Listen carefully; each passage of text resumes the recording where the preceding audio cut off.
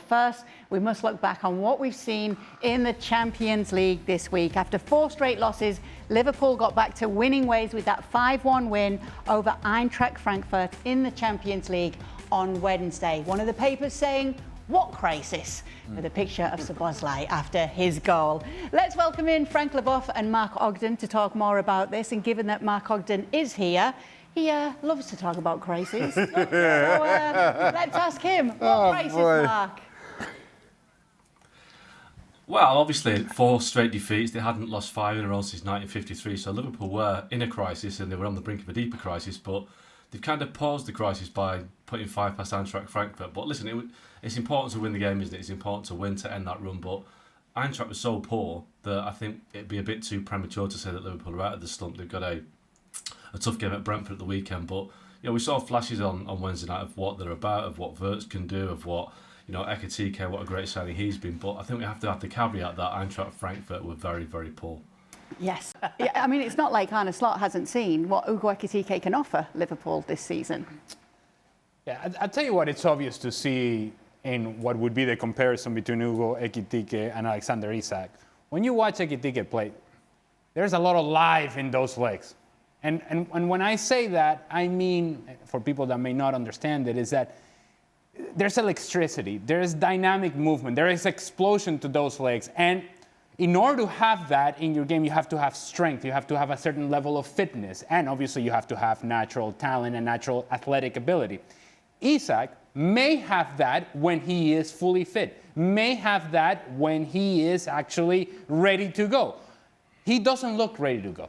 He looks like a guy who missed preseason, and while everybody was talking, is he going back to Newcastle? Is he staying here? Is he going there? Is he going to Liverpool? He was not working at the level that he should have been. Now, this, some people would say it's a speculation. It isn't, because you see the evidence in front of you.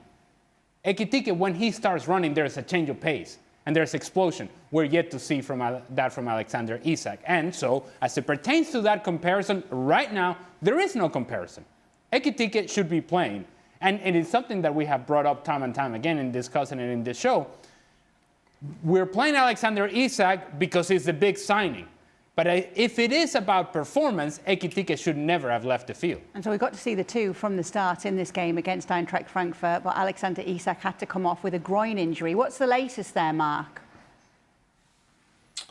Well, Liverpool are still waiting to assess the damage. Arne Slot will speak on Friday about Isak, but I got a real sense that Arne Slot was frustrated with Isak as well as with the injury last night, because he was talking about how he thought he was ready. He said before the United game last Friday that basically he's no more excuses now. He's had plenty of time to work. He's been at Liverpool for 7-8 weeks since he's moved from Newcastle. Now, Ale's right. If you miss a pre-season, it takes a long, long time to get over it. But Liverpool have done everything right. They said he went away with Sweden. They did everything right.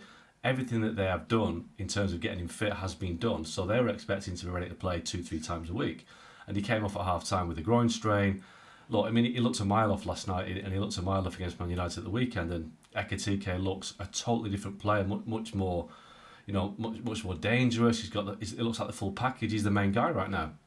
Isak is the shadow of his former self, and maybe he should have tried a bit harder in the summer, like Ali says, and trained harder to make sure he was ready for the move.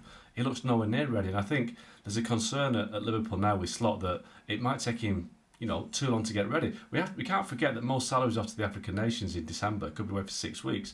So they need Isak to be ready sooner rather than later. But if he's out for 2, 3, 4 weeks of the groin strain, it puts him back again. So he's paying the price now for the summer that he had, and that was his choice. He chose not to train. He chose to stay away from Newcastle. He could have gone about it a different way, and he's paying the price. It might ruin his season. It might mean that the whole first season that he had at Liverpool is ruined by the fact he didn't train properly in the summer. Mark, you mentioned Mo Salah. He didn't start this game. Does he start at the weekend? Well, if Isak's injured, I think there's every chance he will do. I think obviously not starting against Frankfurt was a surprise, but that wasn't the biggest call. That it will be a big shock if he doesn't start against Brentford, because Eintracht Frankfurt are winning the Champions League match day 3. It's a game that Liverpool needed to win, but they could have afforded to lose it because there's so many games to turn it around in the Champions League. But I think to drop him for a Premier League game is a different story altogether. And with Isak missing, I'm pretty sure that Salah will go straight back into the team. He'll play his usual role, and Ekitike will fit in somewhere else. But Ekitike has to start. Cody Gakpo has to start. Nobody talks about Cody Gakpo, but he's played a massive role for Liverpool recently. He works so much harder than everybody else. He's doing the running for Mo Salah that maybe Darwin Núñez and Luis Diaz did last season. So I think it'll be Gakpo, it'll be Ekitike, it'll be Mo Salah at Brentford. It should be like a perfect situation for Arne Slot. When you take a look at the players, whether they're fit, in form, he can just go, you're in, you're doing well, you're in. Given what we've seen from Ekitike so far this season, he's an absolute must on the team sheet. We know Mo Salah, his importance to Liverpool, how good he is in the Premier League. We know Alexander Isak and how good he is in the Premier League, albeit for Newcastle United. So it should be pretty straightforward. But for all the reasons that the guys just pointed out, Alexander Isak hasn't delivered on early promise so far. He's struggled to find any kind of form. Who knows when that will come, if that will come this season. Similarly with Mo Salah. Well, we've seen kind of lean periods from Mo Salah, and then he bursts back onto the scene with spectacular effect. You're kind of waiting for that to happen. But in the meantime, Liverpool are not playing well. And while Mark says that Liverpool could have afforded to lose to Frankfurt in the Champions League, in terms of the Champions League format, but in terms of where they are, the 4 games that they lost going into that one, I just don't see how losing to Frankfurt or the game against Frankfurt was anything but a must-win. They delivered on that, and now it's up to them to build on it. But Arne Slot does have that problem on his hands because you're not quite sure who his best front three are for all the reasons that I just explained. And now, while Alexander Isak, and I mentioned, we know how good he is, how good he can be. You also know that he comes with periods on the sidelines because of injury. You saw that during his 3 years at Newcastle, and clearly it's spilling into what's happening at Liverpool. Now he has to get that right. He has to find form, because otherwise this season may slowly slip away from Liverpool. What did you want to say, Frank? I think Arne Slot is moving forward in a matter. He's not thinking, or he stopped thinking the fact that somebody has the price tag, the other one is a big star. I'm talking about Mo Salah, I'm talking about Alexander Isak.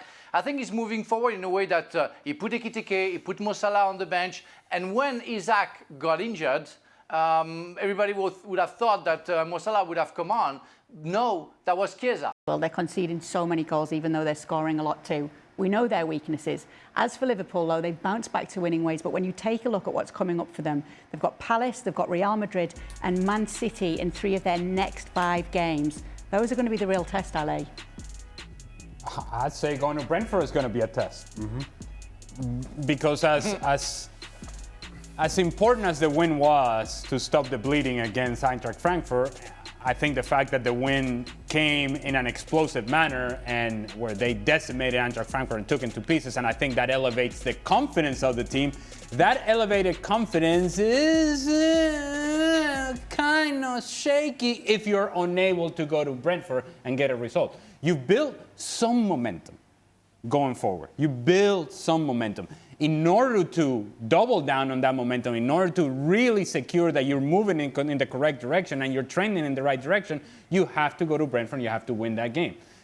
It's gotten to the point now for Liverpool that everything is hinging on the next match up until they get themselves in a situation in which they string results together, and they haven't been able to do that. And in fact, when they strung results together, it was going in the wrong direction. And so while we may focus on Crystal Palace and we may focus on Real Madrid, on Manchester City, and yes, of course, those games bring a lot of attention, I think if you're Arne Slot, you're thinking Brentford, also Brentford, and by the way, Brentford.